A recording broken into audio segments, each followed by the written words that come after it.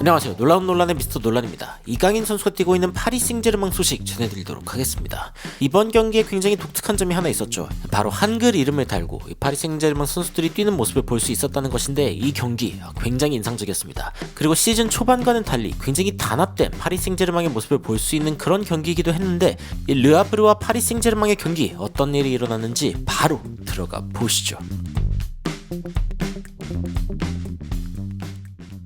르아브르와 파리 생제르맹의 경기 굉장히 인상적이었습니다.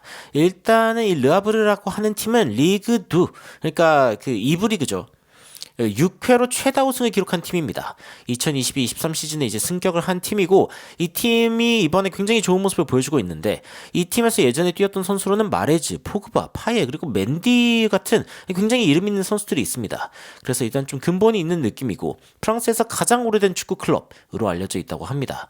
굉장히 인상적인 기록이고, 그리고 이제 파리 생제르맹이 현재 리그 1위를 달리고 있는 상황에서 이제 르아브르 같은 경우에는 9위를 기록하고 있습니다. 승점 16점이고, 파리 생제르맹 같은 경우에는 이번 경기를 지더라도 리그 1위를 놓치지 않는 절대적인 포지션에서 일단 르아브르를 만나게 됐는데, 니스가 이미 14경기를 치른 상황이죠. 그런데 파리 생제르맹이 이번 경기 이기면서 승점 33점으로 일단 도약을 하게 됐습니다. 경기 주요 내용 좀 살펴보기 전에 일단 이제 돈나룸마 키퍼, 하키미 무키엘레 페레이라 솔레르, 루이즈 비티냐, 그리고 이강인 선수가 이제 오른쪽에서 뛰는 모습을 기대할 수 있는 그런 경기였고, 바르콜라, 뉴캐슬과의 경기에서 굉장히 많은 찬스를 놓쳤는데 음바페 그리고 덴벨레 이렇게 나섰습니다. 그런데 경기 시작 전부터 굉장히 변수가 터져 나왔습니다. 일단은 파비앙 루이즈의 부상, 그리고 돈나룸마의 레드카드가 터진 것인데, 이게 전반 10분 안에 모두 벌어진 일입니다. 어떤 일인고 하니 일단 우가르테가 실려나가는 그런 장면이고, 그리고 두 번째는 이제 레드카드를 받는 장면입니다. 이 레드카드의 주인공은 돈나룸마였는데, 아하, 돈나룸마가 무슨 일이 있었냐라고 하면은 전반 10분 장면이죠.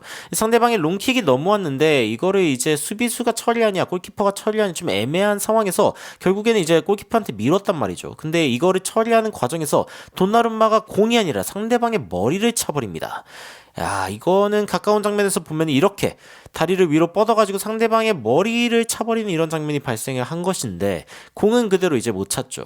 굉장히 최악의 상황이라고 이야기할 수 있고, 루이스 엔리케 감독도 굉장히 화를 내는 그런 모습을 보였습니다. 여하튼 도나룸마 키퍼는 그대로 이 골키퍼 장갑을 벗고 나서야 했고, 그리고 이제 이로 인해서 결국에는 필드 플레이어 한 명이 빠져야 했는데 바르콜라가 빠졌습니다. 아무래도 지난 뉴캐슬과의 챔피언스 리그 경기에서 굉장히 좋은 기회를 많이 얻었지만 마무리하지 못했던 굉장히 아쉬운 장면을 보여줬던 선수인데, 결국에는 필드를 빠르게 10분 만에 빠져나가게 되는 그런 상황이 됐고, 그런데 이제 좀 상황이 이상하게 흘러갑니다. 무슨 뜻이냐면은 전반 22분 이강인 선수가 굉장히 번뜩이는 돌파로 이 사이를 지나갑니다. 그래가지고 이 다음 장면에 보면은 이강인 선수가 공을 가지고 나왔죠. 상대 선수들은 굉장히 당황한 상황에서 일단 이강인 선수가 측면으로 들어가고 있는 덴벨레를 봅니다. 그래서 굉장히 적절한 타이밍에 이제 덴벨레한테 공을 넣어주는 이강인 선수의 모습을 볼 수 있었고, 이 상황에서 덴벨레가 공을 잡아가지고 뛰어들어가는 선수들을 봅니다. 뭐 하키미도 있고, 그리고 이제 뒤에 있는 음바페도 있죠. 그대로 땅볼 크로스를 날립니다. 이 상황에서 이 공을 받게 된 선수가 바로 음바페 선수였고, 음바페 선수를 막기 위해서 이제 수비진으로 빨리 달려들어간 상대 르아브르 선수들이지만, 결국에는 음바페 선수가 굉장히 정확한 궤도로 이 골대를 맞고 들어가는 굉장히 원더골을 성공시키면서 결국에는 팀의 선제골을 만들어내는 굉장히 좋은 장면을 보여줬습니다. 골대 맞고 들어가는 그런 장면이고요.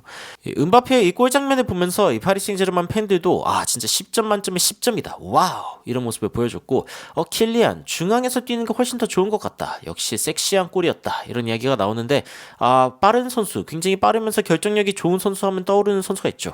손흥민 선수인데, 손흥민 선수가 이제 파리 생제르맹에서처럼 음바페가 이렇게 지원을 받듯이 받을 수 있었더라면은 리그 경기만큼 골을 넣는 그런 모습을 보여줄 수 있지 않았을까. 여하튼 음바페는 굉장히 좋은 모습을 보여주고 있고, 그리고 이강인 선수가 전반 28분에는 직접 이제 음바페한테 패스를 받아가지고 슈팅을 기록하는 장면이 나오기도 했는데, 이게 아쉽게도 이 상대 수비수를 맞으면서 이제 추가골로 이어지진 않았습니다. 여하튼 굉장히 좋은 슈팅 장면이기는 했고, 그리고 이제 전반 31분에는 굉장히 아쉬운 장면이 하나 있었죠. 일단 중원에서 이제 공을 공급받은 이강인 선수가 일단 옵사이드 라인을 품고 서 있는 이제 음바페를 보게 됩니다. 그래가지고 이제 음바페 선수한테 패스를 했는데, 근데 이 장면 보시면은 논란의 테크놀로지 기술로 딱 봤을 때 상대 수비수보다 앞서 있죠. 음바페가 앞서 있는 게 보입니다. 그래가지고 이제 어쩔 수 없이 옵사이드가 선언되는 굉장히 아쉬운 장면이었지만 음바페가 이 공을 받은 다음에 그대로 돌아서가지고 굉장히 좋은 슈팅을 보여줬거든요. 골망은 흔들었는데 이게 인정이 안 되면서 이강인 선수의 2호 어시스트가 일단 기록되지 않는 아쉬운 상황이 있었습니다. 옵사이드였죠. 이 상황을 보고 파리 팬들도 이강인이 굉장히 오늘 좋은 모습을 보여주고 있다라는 이야기를 했고, 10대 11로 뛰고 있는데 우리가 경기를 지배하고 있네. 무슨 일이지? 킬리안 음바페가 훨씬 더 압박을 받을 때 열심히 뛰고 있다. 이 돈나룸마의 결국에는 큰 그림이었다. 뭐 이런 식으로도 이야기가 나오고 있습니다. 여하튼 굉장히 좋은 모습을 보여준 이 파리 생제르맹이지만, 근데 르아브르 역시 굉장히 공세를 보여줬습니다. 특히 이제 르아브르의 공세를 막기 위해서 이제 4-4 이렇게 두 줄을 세우면서 버스 수비를 하고 있는 파리 생제르맹의 모습을 볼 수 있었고, 그리고 이강인 선수가 이제 전반이 끝나기 전에는 상대 선수를 강력하게 이제 수비하는 그런 장면에서 또 파워를 하는 그런 모습이 보이기도 했습니다. 여하튼 경기 전반전을 살펴봤을 때 오히려 퇴장 이후에 굉장히 이제 공격적인 모습을 보여준 파리 생제르맹이 결국에는 한 골을 얻어냈다. 근데 이거는 결과적으로 봤을 때 굉장히 좋은 선택이었습니다. 뭐냐면은 퇴장을 당한 지 얼마 안 된 상황에서 일단 힘이 남아있을 때 공격을 하고, 그리고 나머지 상황들은 버티자라고 결정을 한 것인데, 이게 경기 운영이죠. 자, 전반전에 어떤 일이 있었는지 보면은 일단 공 소유권 같은 경우에는 53대 47. 파리 생제르맹이 크게 밀리지 않았고, 그리고 전체 슈팅 같은 경우에는 이제 3번, 8번 파리 생제르맹이 훨씬 못 가져갔지만 온타겟 슈팅, 유효 슈팅을 2개를 기록하면서 훨씬 좋은 모습을 보여줬습니다. 그리고 이제 뭐 좋은 찬스가 이제 르아브르 같은 경우에는 2번이 있었는데도 불구하고 이제 마무리를 못하면서 일단 파리 생제르맹을 이기지 못하는, 결국에는 결정력 승부에서 졌다라고 이야기할 수 있는 그런 전반전이었습니다. 근데 후반전 같은 경우에는 르아브르가 굉장히 많은 기회를 얻었습니다. 자, 일단은 그 돈나룸마 키퍼 같은 경우에는 모나코전에서도 이제 패스 실수를 그랬다가 이제 미나미노한테 실점하는 그런 장면이 있었는데, 이번에도 이제 퇴장을 당하면서 문제가 있다라는 평가를 좀 얻게 된 것 같고, 이 상황에서 등장한 키퍼가 있죠. 바로 아르나우 테나스인데, 이 키퍼 정말 잘 보더라고요. 일단 굉장히 좋은 선방으로 50분에 막아내는 그런 모습이고, 굉장히 빠르고 이제 밑으로 떨어질 수 있는 그런 낙차가 있는 공이었는데 아르나우 테나스가 막아내는 그런 장면이었습니다. 굉장히 좋은 장면이었고, 57분에도 위기가 있었습니다. 이 패스가 중원으로 가는 파리 생제르맹 선수한테가 아니라 이제 상대팀한테 패스를 해버린 상황이죠. 이 상황에서 이제 뛰어들어가고 있는 공격수가 있기 때문에 공간 패스를 넣어주는 그런 모습을 보여줬고, 굉장히 좋은 패스를 받은 상대 공격수가 슈팅을 했는데 이것마저 막아내는 아르나우 테나스의 모습을 볼 수 있었습니다. 이 파리 생제르맹 팬들이 테나스를 차라리 1번 키퍼로 만들어라, 주전 키퍼로 쓸만하다 라고 이야기를 하면서 너무 미쳤다, 너무 잘한다, 이런 이야기를 하죠. 그리고 이제 파리 생제르맹 같은 경우에는 슈크리니아르 혹은 이제 에르난데스 같은 선수들이 이제 추가로 투입을 하면서 일단 교체를 해주는 그런 모습을 보여줬고, 그럼에도 불구하고 수비적으로 이제 계속 버텨야 하는 상황이 됐습니다. 이런 상황에서도 아르나우 테나스의 지속적인 선방 능력 굉장히 빛나면서 결국에는 이제 파리 생제르맹의 승기를 가져갈 수 있는 가장 큰 이유가 됐고, 그리고 이제 결국엔 추가골까지 만들어내죠. 이 비티냐의 골이었는데, 이제 한 번 있는 이 공격 기회에서 이제 슈팅을 했는데 상대 발을 맞고, 라리가의 선방률 1위 키퍼라고 하는 이 상대팀의 키퍼마저도 이렇게 들어가는, 심지어 굴절로 인해서 이 코너로 날아가 버리는 이 공을 막을 수는 없죠. 그래가지고 결국에는 2대0으로 이 비티나의 슈팅까지 굴절로 인해서 골이 되면서 2대0으로 파리 생제르맹이 승리하게 됐습니다.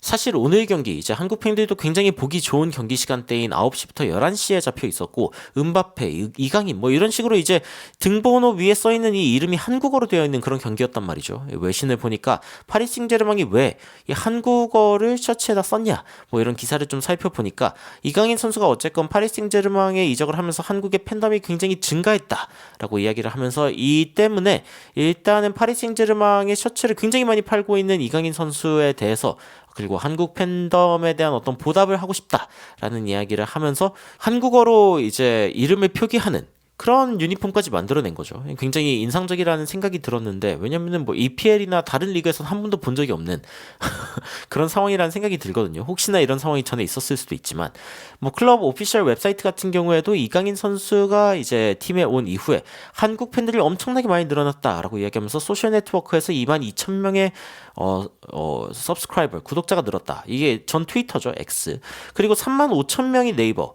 그러면서 이제 한국에서 세 번째로 많은 팬들이 이제 따르고 있는 클럽이다. 첫 번째는 아마 토트넘이고 두 번째는 바이에른 뮌헨일 것 같다는 생각이 드는데, 여하튼 굉장히 인기 있는 그런 클럽이 됐다라고 이제 이야기를 하고 있는 거죠. 그런데 이제 이강인 선수에게 좀 아쉬운 점이 있다면 오른쪽에서 뛸 수 있는 상황에서 다시 한번 왼쪽으로 뛰게 되는 상황이 있었다는 거죠. 아무래도 이제 선수가 한 명 퇴장당하다 보니까 왼쪽 미드필더로 뛰어야 하는 이강인 선수의 상황이 있었고, 이 파리 생제르맹 팬들도 이강인 선수가 언젠가는 자신이 뛰고 싶은 자리에서 뛰었으면 좋겠다 라는 말이 이제 한국 팬들뿐 아니라 외국 팬들 역시 이야기를 하고 있습니다. 그래도 오늘 경기 보기 좋았던 점이 있다면은 일단 파리 생제르맹이 하나로 이제 뭉치는 그런 느낌이 있습니다.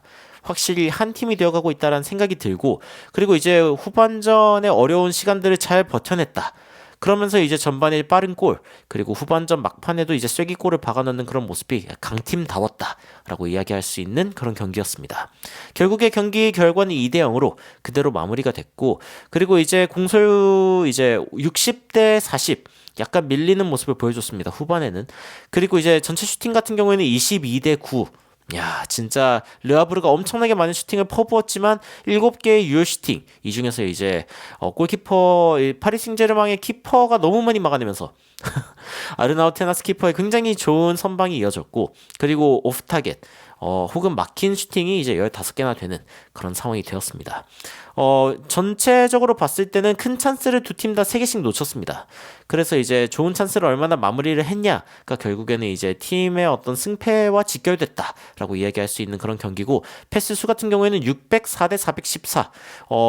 파리 생제르맹이 진짜 적었던 때가 있었는데 후반전에 그래도 많이 올라왔습니다. 그럼에도 불구하고 이제 상대가 꽤 주도하는 그런 경기에서도 파리 생제르맹이 잘 버텼다라고 이야기를 할 수 있고, 이강인 선수가 팀에 들어오면서 저희가 기대했던 가장 큰 부분 중에 하나는 역시 팀의 단합이라고 이야기를 할 수 있죠. 음바페로 상징되는 굉장히 파리 생제르맹의 상징적인 선수가 혼자서 플레이하는 그런 팀에서 점점 더 팀 플레이를 하고 있는 그런 모습이 조금씩 보이고 있지 않나라는 생각이 듭니다. 파리 생제르맹이 일단 부상도 있고, 그리고 도나루마 레드카드 이슈로 인해서 아마 리그 경기 3번은 이제 출장을 못하게 되겠죠. 이런 상황 가운데 파리 생제르맹이 강팀으로서 어떤 운영을 해나갈지 지켜보도록 하겠습니다. 그리고 이강인 선수도 굉장히 좋은 모습 보여주고 있는데 이 파리 생제르맹에서 더더욱 자신의 입지를 확고하게 굳힐 수 있는 그런 시간들이 되기를 바라면서 영상 마치도록 하겠습니다. 이상 놀라운 논란 미스터 논란이었습니다. 시청해주셔서 감사합니다.